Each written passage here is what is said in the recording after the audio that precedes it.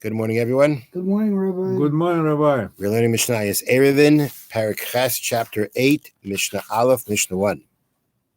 We're going back to the laws of Eruve Tchumen. The Torah says that one cannot walk 2,000 cubits more than his residence for Shabbos, outside of his residence for Shabbos. And if he wants to do that, he's got to put down an Eruve Tchumen. That means at the point of, let's say, one direction from his house, and let's assume he lives in a forest, keep it easier.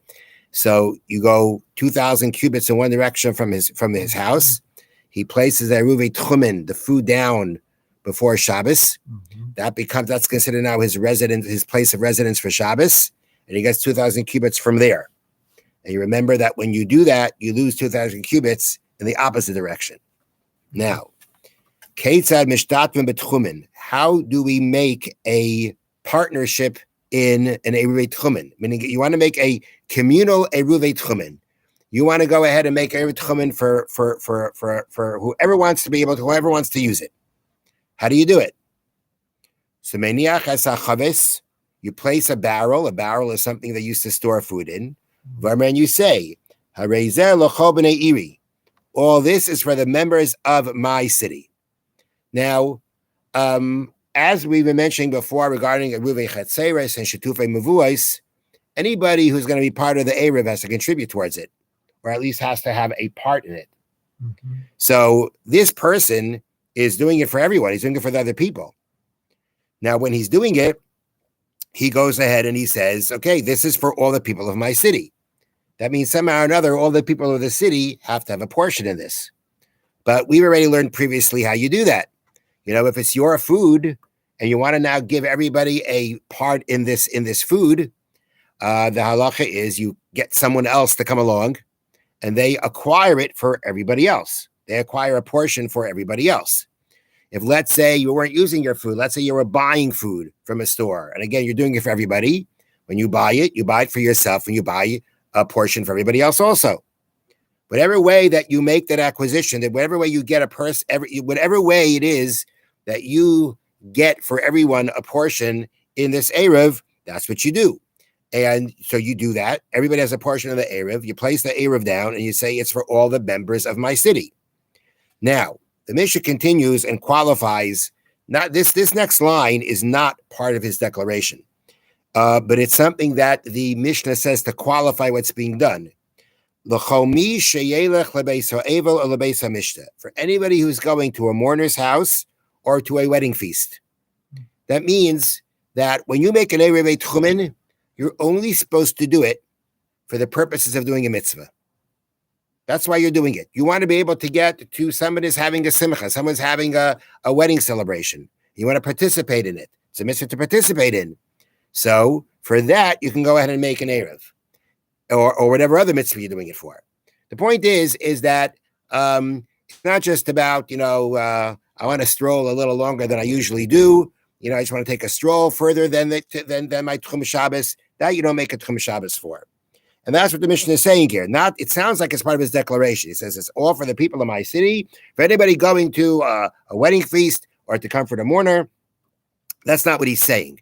That's just the Mishnah adding that in. That whom are you making the Eruv for? For the people who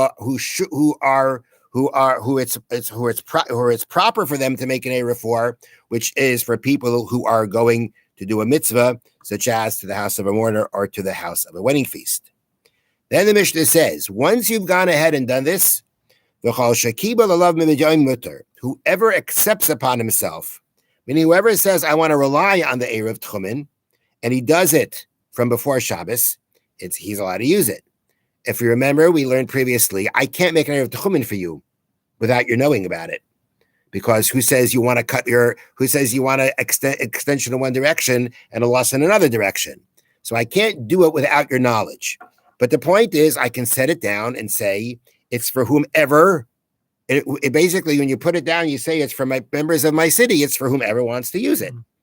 You don't have, but they have previous intent. But they have previous knowledge and they have previous knowledge of it.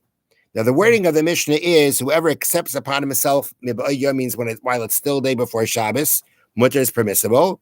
But if let's say he only accepts it Once it gets dark, meaning after Shabbos has begun, usher, he can't use it.